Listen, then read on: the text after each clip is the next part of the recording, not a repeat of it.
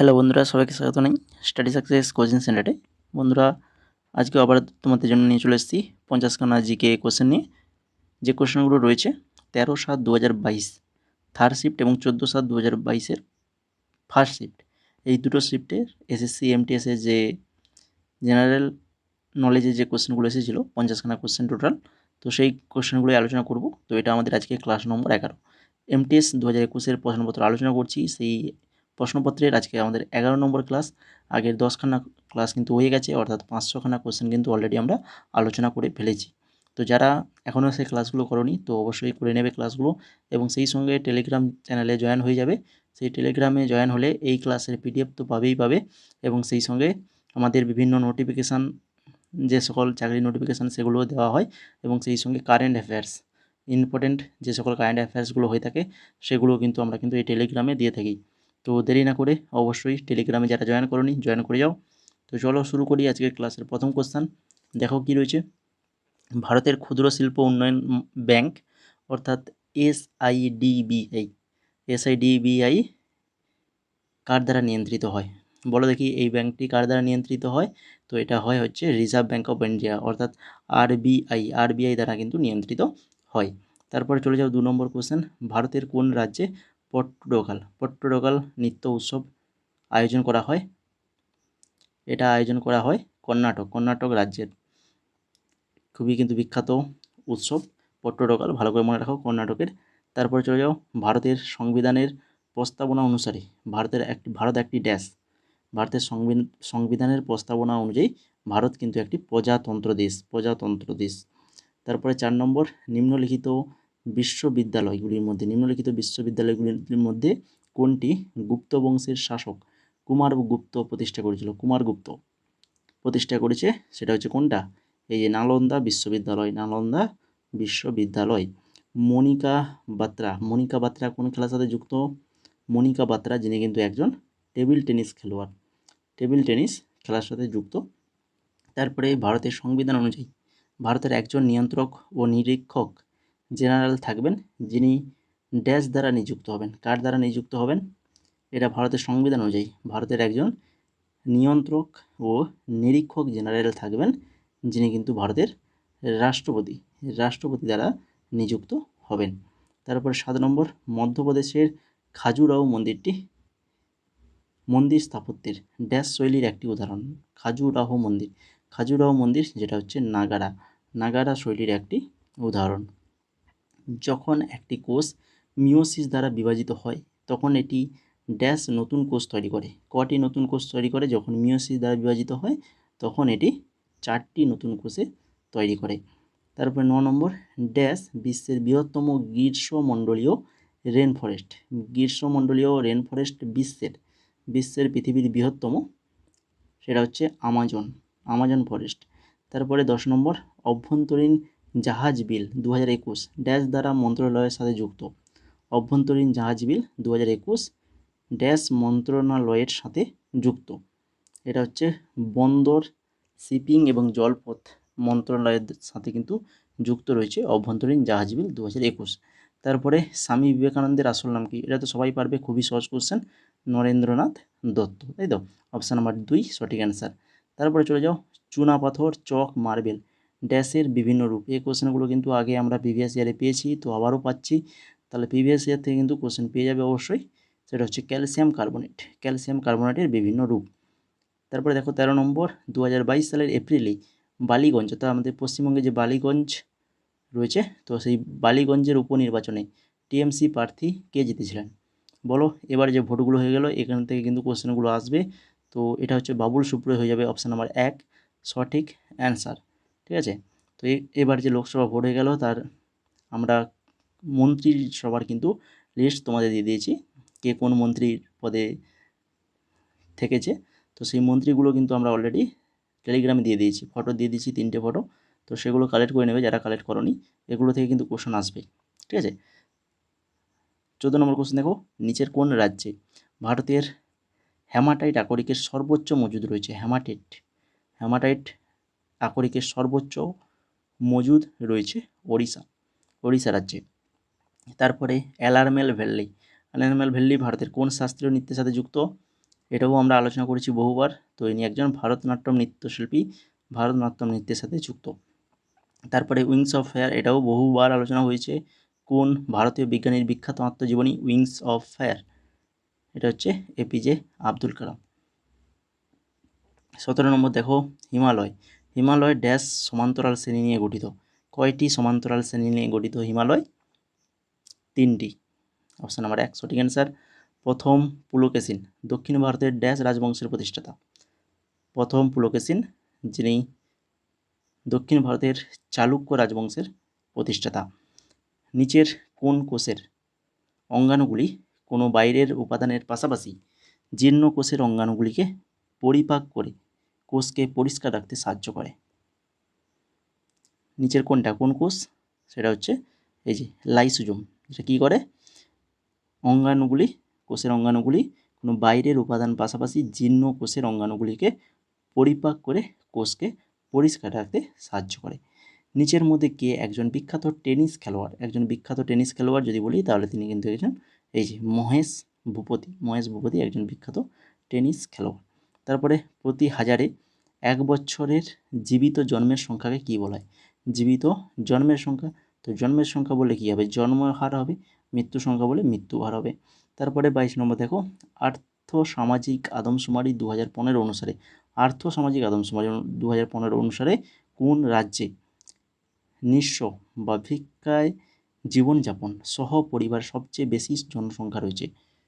ভিক্ষায় জীবনযাপন করে যে পরিবার সব থেকে বেশি রয়েছে সেটা হচ্ছে কোন রাজ্য?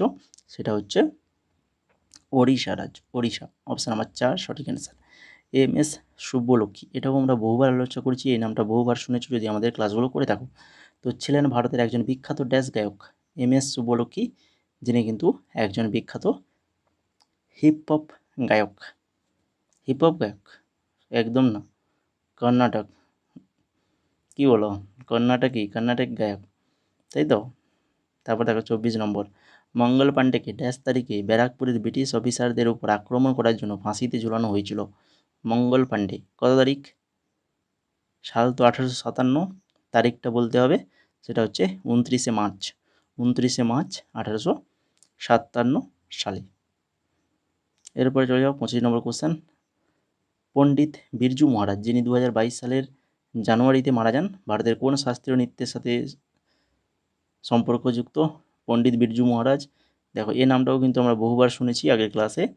তো তিনি হচ্ছেন একজন কত্থক, ভারতের কত্থক নৃত্যশিল্পী পণ্ডিত বিরজু মহারাজ, এটাও খুবই ইম্পর্টেন্ট। এবার চলে যাব আমরা 14/7/2022 ফার্স্ট শিফটের কোশ্চেনগুলো। 25খানা কোশ্চেন রয়েছে এখানেও শুধু। তো যারা এখনও পর্যন্ত ক্লাসটাকে লাইক করনি, তো অবশ্যই বলবো ক্লাসটা লাইক করে দাও, বন্ধুদের মধ্যে শেয়ার করে দাও। চ্যানেলে নতুন হয়ে থাকলে অবশ্যই চ্যানেলটিকে সাবস্ক্রাইব করে বেল আইকনে ক্লিক করে দাও। তো লাইক করছো না কেন? তো লাইক করো সবাই, লাইক কমপ্লিট করে দাও। ঠিক আছে, তো চলো এবার চলে যাই। এই শিফটের প্রথম কোশ্চেন দেখো, ভারতের সংবিধানের কোন অংশে রাষ্ট্রীয় নীতির নির্দেশমূলক নীতির কথা বলা হয়েছে? রাষ্ট্রীয় নীতির নির্দেশমূলক নীতির কথা বলা হয়েছে পার্ট 4, ভালো করে মনে রাখো। তারপরে নিম্নলিখিতগুলির মধ্যে কে একজন বিখ্যাত ভারতীয় প্লেব্যাক গায়ক এবং একজন অভিনেতা? প্লেব্যাক গায়কও ছিলেন, একজন অভিনেতা ছিলেন, তিনি হচ্ছেন কিশোর কুমার। অপশান নাম্বার 2 সঠিক অ্যান্সার, কিশোর কুমার। তারপরে 3 নম্বরে কী রয়েছে? বেগুনি বিপ্লব। বেগুনি বিপ্লব যা জম্মু কাশ্মীরে শুরু হয়েছিল, এটি ড্যাশ নামেও পরিচিত। এটি আর কি নামে পরিচিত? তো এটি হচ্ছে ল্যাভেন্ডার বিপ্লব। ল্যাভেন্ডার বিপ্লব নামেও কিন্তু পরিচিত। নিচের মধ্যে কে কলকাতায় ব্রাহ্ম সমাজ প্রতিষ্ঠা করেছিল? ব্রাহ্ম সমাজের প্রতিষ্ঠাতাকে বলো। ব্রাহ্ম সমাজের প্রতিষ্ঠাতা হচ্ছেন রাজা রামমোহন রায়। রাজা রামমোহন রায়। নিচের কোনটি ভারতের গ্রামীণ দারিদ্র্যের কারণ নয়? গ্রামীণ দারিদ্র্যের কারণ নয়। দেখো গ্রামীণ এলাকা থেকে অভিবাসন, গ্রামীণ এলাকা থেকে অভিবাসন এটা কিন্তু দারিদ্র্যের কারণ নয়। বাকি দেখো কৃষি ছাড়া বিকল্প কর্মসংস্থানের অভাব, নিরক্ষরতা এবং মূলধনের অভাব, এই প্রত্যেকটাই কিন্তু গ্রামীণ দারিদ্র্যের কারণ। ঠিক আছে, তারপরে চলে যাও 6 নম্বরে, ভারতের আর্থিক স্থিতিশীলতা ও উন্নয়ন পরিষদের চেয়ারম্যানকে, অর্থাৎ এফএসডিসির চেয়ারম্যানকে? অর্থমন্ত্রী, যিনি অর্থমন্ত্রী থাকেন তিনিই কিন্তু চেয়ারম্যান হন। তারপরে 7 নম্বর কোশ্চেন দেখো, দ্য গ্রেট ইন্ডিয়ান উপন্যাসটি বিখ্যাত রাজনীতিবিদ ড্যাশ দ্বারা লেখা হয়েছে? দ্য গ্রেট ইন্ডিয়ান উপন্যাস, এটা লেখা হয়েছে কার দ্বারা? এটা লেখা হয়েছে শশী থারুর। শশী থারুরের দ্বারা কিন্তু এটা লেখা হয়েছে। তারপরে দেখো 8 নম্বর কোশ্চেন, ভারতের মন্দির সম্পর্কিত প্রদত্ত বিবৃতিগুলির মধ্যে কোনটা সঠিক নয়? মন্দির সম্পর্কিত দেখো দুটো বিবৃতি এখানে দেওয়া রয়েছে। একটা হচ্ছে নাগারা স্থাপত্য শৈলী উত্তর ভারতীয় শৈলীর হিসাবে পরিচিত, আর একটা রয়েছে দ্রাবিড় স্থাপত্য শৈলী দক্ষিণ ভারতের শৈলী হিসাবে পরিচিত। তো দুটো কিন্তু একদম সঠিক রয়েছে। তাহলে তোমরা এখান থেকে দুটো তথ্য পেয়ে গেলে, যেটা হচ্ছে নাগারা স্থাপত্য শৈলী, যেটা হচ্ছে কোথায় না হচ্ছে উত্তর ভারতীয় শৈলী, ভালো করে মনে রাখো। আর যেটা দ্রাবিড় স্থাপত্য শৈলী, সেটা হচ্ছে দক্ষিণ ভারতীয় শৈলী। এই দুটো কথা ভালো করে এখান থেকে মনে রাখো, এখান থেকে পরবর্তীতে দুটো কোশ্চেন চলে আসতে পারে। তারপরে দেখো 9 নম্বর কোশ্চেন, স্তূপ পর্বতের উন্নতি স্তূপগুলিকে ড্যাশ বলা হয়? স্তূপ পর্বতের উন্নীত যে স্তূপ, সেগুলিকে কি বলা হয়? সেগুলিকে বলা হয় হর্স বলা হয়, ঠিক আছে। তারপরে দেখো 10 নম্বর, দন্তি দুর্গ। দন্তি দুর্গ ভারতের কোন রাজবংশের অন্তর্গত? দন্তি দুর্গ যেটা হচ্ছে ভারতের রাষ্ট্রকূট রাজবংশের অন্তর্গত। তারপরে 11 নম্বর, বাগুরুম্বা। বাগুরুম্বা ভারতের কোন রাজ্যের লোকনৃত্য? বাগুরুম্বা এটা হচ্ছে ভারতের আসামের একটি লোকনৃত্য। তারপরে প্রতি ইউনিট এলাকা জুড়ে ব্যক্তির সংখ্যা ড্যাশের পরিমাপ দেয়? প্রতি ইউনিট এলাকা জুড়ে ব্যক্তির সংখ্যা, যেটা জনসংখ্যার ঘনত্বের পরিমাপ দেয়। তারপরে আসামের অম্বুবাচী উৎসব প্রতি বছর ড্যাশ মাসে পালিত হয়? আর তাহলে বুঝতে পারলে অম্বুবাচী উৎসব যেটা কোথায় হয়ে থাকে, হচ্ছে আসামে। কোন মাসে হয়ে থাকে? প্রতি বছর জুন মাসেই কিন্তু হয়ে থাকে। তারপরে 14 নম্বর, হর্ষবর্ধন ছিলেন ড্যাশ রাজবংশের একজন শাসক? হর্ষবর্ধন যিনি একজন পুষ্যবতী রাজবংশের একজন শাসক। তারপরে অল ইন্ডিয়া মুসলিম লীগ কত সালে গঠিত হয়েছিল? অল ইন্ডিয়া মুসলিম লীগ যেটা হয়েছিল 1906 সালে গঠিত হয়েছিল। তারপরে আবহাওয়ার সমস্ত পরিবর্তন ড্যাশ দ্বারা চালিত হয়? আবহাওয়ার যে সমস্ত পরিবর্তনগুলো হয়ে থাকে, এটা কিন্তু প্রত্যেকটা সূর্যের দ্বারা চালিত। সূর্য, অপশান নাম্বার 2 সঠিক অ্যান্সার। তারপরে 17 নম্বর দেখো, গুজরাটের হাজিরা থেকে উত্তরপ্রদেশের জগদীশপুর পর্যন্ত HVJ গ্যাস পাইপলাইন কোন রাজ্যের মধ্য দিয়ে যায়? গুজরাটের হাজিরা থেকে উত্তরপ্রদেশের জগদীশপুর পর্যন্ত যে HVJ গ্যাস পাইপলাইনটা রয়েছে, তো সেটা কোন রাজ্যের মধ্য দিয়ে গিয়েছে? সেটা গিয়েছে মধ্যপ্রদেশ রাজ্যের মধ্য দিয়ে গিয়েছে। তারপরে দেখো 18 নম্বর, ফিতাকৃমি প্রাণী জগতের কোন গ্রুপের অন্তর্গত? ফিতাকৃমি প্রাণী জগতের প্লাটিহেলমিনথিস গ্রুপের অন্তর্গত। নিচের কোনটি ভারতীয় নৌকাবাইজ প্রতিযোগিতার খেলা কোনটি? এটা হচ্ছে এই যে ভালমকালি, যেটা কিন্তু একটি নৌকাবাইজ প্রতিযোগিতা। এরপরে 20 নম্বর, বিচার বিভাগের ক্ষমতা আছে সংসদ কর্তৃক গৃহীত বিশেষ আইনগুলিকে বাতিল করা যদি তারা বিশ্বাস করে যে এগুলো সংবিধানের মৌলিক কাঠামো লঙ্ঘন, তো এটি বলা হয় ড্যাশ। তো এটাকে কি বলা হবে? বিচার বিভাগের ক্ষমতা আছে যে সংসদ কর্তৃক গৃহীত বিশেষ আইনগুলিকে বাতিল করা, সেগুলোকে বাতিল করতে পারে যদি তারা বিশ্বাস করে যে এগুলো সংবিধানের মৌলিক কাঠামো লঙ্ঘন।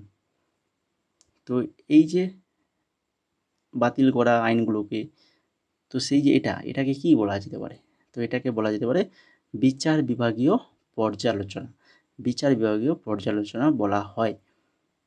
এরপরে দেখো 21 নম্বর, গ্রীষ্মকালীন অলিম্পিক 2020 যেটা 2021 সালে খেলা হয়েছিল, নিচের মধ্যে কে রৌপ্য পদক জিতেছিল? গ্রীষ্মকালীন অলিম্পিক 2020 রৌপ্য পদক জিতেছিল রবি কুমার দাহিয়া জিতেছিল। তারপর 22 নম্বর, 2022 সালের মার্চ মাসে পাঞ্জাবের নতুন মুখ্যমন্ত্রী কে হন?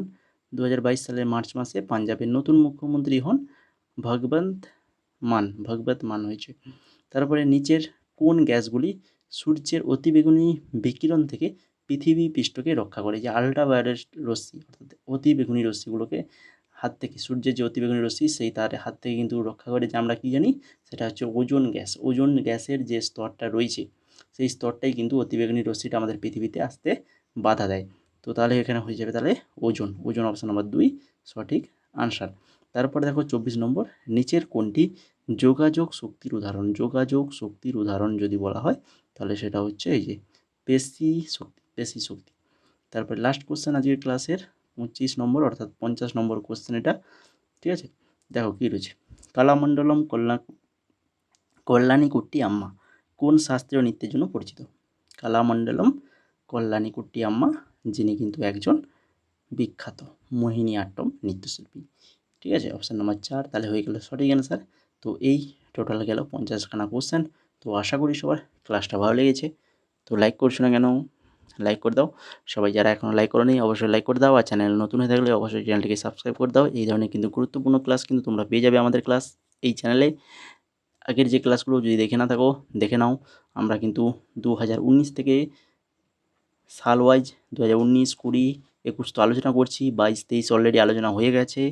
ক্লাসগুলো রয়েছে, লিঙ্ক পেয়ে যাবে ডেসক্রিপশানে, সেই লিঙ্ক থেকে কিন্তু তোমরা দেখে নেবে, ঠিক আছে। প্রত্যেকটা ক্লাস পাই টু পাই দেখে নেবে, কেন প্রিভিয়াস ইয়ার এমটিএসের জন্য খুবই গুরুত্বপূর্ণ। প্রত্যেক বছর কিন্তু প্রিভিয়াস ইয়ার থেকে কমন আসে। আর কারেন্ট অ্যাফেয়ার্স পেতে গেলে তো অবশ্যই আমাদের টেলিগ্রামে জয়েন হয়ে যেতে হবে। এখানে জয়েন হয়ে গেলেই তোমরা কিন্তু কারেন্ট অ্যাফেয়ার্সগুলো পেয়ে যাবে, ঠিক আছে।